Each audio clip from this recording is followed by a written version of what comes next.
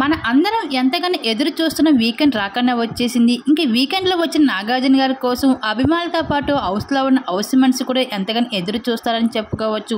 అయితే star mall నుంచి ఒక ప్రోమో విడుదలైంది. ఆ ప్రోమోని కానీ మనం ఒక్కసారి చూసుకున్నట్లయితే తెలుగు బిగ్ బాస్ సీజన్ 8 హౌస్లో 14వ వారానికి ఎవరు ఎలిమినేషన్ అవుతారు అన్నది సోషల్ మీడియాలో చాలా ఆసక్తిని రేపుతుంది.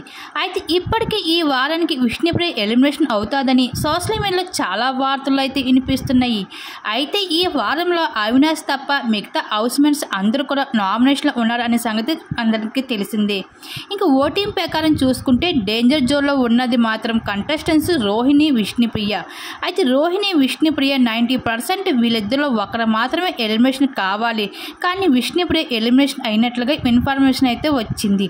అయితే బిగ్ బాస్ సీజన్ 8లో ఈ వారం అయితే డబుల్ ఎలిమినేషన్ ఉండబోతుంది. అయితే డబుల్ ఎలిమినేషన్ ద్వారా లియెస్ట్ ఓటింగ్ ప్రకారం చూసుకుంటే రోహిణి అలాగే విష్ణుప్రియ ఇద్దరు కూడా ఎలిమినేషన్ అయ్యి బిగ్ బాస్ హౌస్ను వదిలి తమ ప్రయాణం ముగించుకుని బయటకు వచ్చేయడం జరిగింది. ఇంకా ఒక్క అడుగు దూరంలో అయితే ఫినాలికి ఉన్న సమయంలో విష్ణుప్రియ ఇలాగా బయటకు వచ్చేయడం అన్నది షాకింగ్ విషయం అని చెప్పుకోవచ్చు.